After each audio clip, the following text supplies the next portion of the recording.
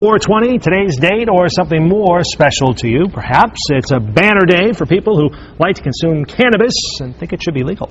Yeah, here tonight to talk about that and a few other things. 96.9 Boston Talks, Michelle McPhee. Good to see you, Michelle. Hey, Sarah. Hey, Ock. How are you guys? Doing great. Good. Hey, let's talk about 420. A big rally in New Hampshire today to make a small amount of pot just a civil penalty, and they've already got that here in Massachusetts. What are your thoughts?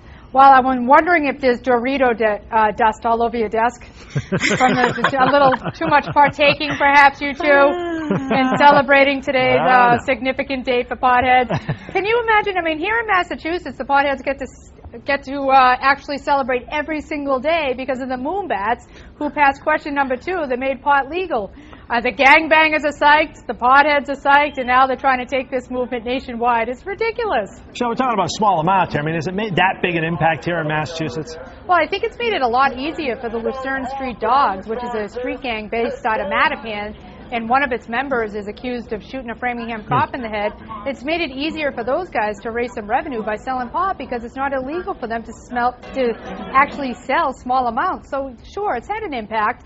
And besides, do you really want people, you know, walking down the street smoking a joint? Do you want people on the Boston Common? I mean, you remember the Boston Herald took that picture of a heroin addict shooting up and dying on the Boston Common. Should we be smoking pot on the Common?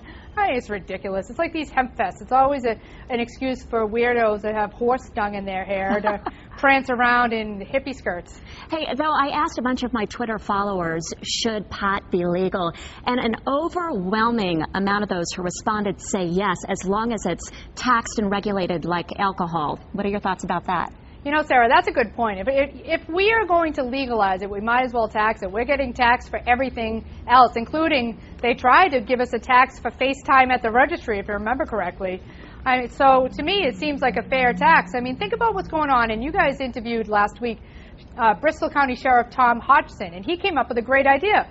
Let's charge inmates $5 a day for the cost of their incarceration. If they're indigent, okay, we'll send them a bill, but if they stay out of trouble, we'll wipe their bill clean.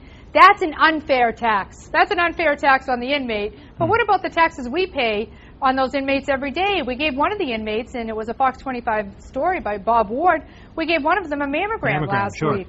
So it's, to me, sure, if we're going to legalize it in Massachusetts, we might as well tax it. Okay, speaking of drugs, let's talk about Cameron Douglas, Michael Douglas's son, supposed to get a minimum 10-year sentence for drug dealing, gets 5 years after his father's father, everyone got involved in this, sending notes and making pleas before the judge. What do you think of that? Was there preferential treatment here? Because he only got half the sentence most people get. I mean, awkward. A lot of famous people stand up and say, oh, the poor, poor drug addict, you have to show leniency. Now, look, from a Massachusetts person's perspective, at least the guy is going to jail. I mean, look what happened in South Hadley.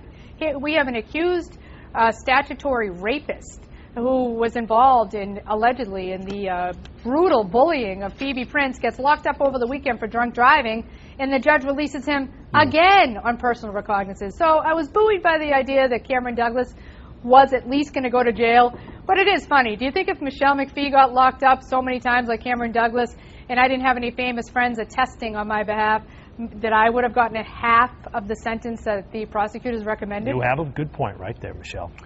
Always so good to talk to you, Michelle. We wish we had a lot more time with you. Thanks as always. Great to see you, Sarah. Ock, always a pleasure.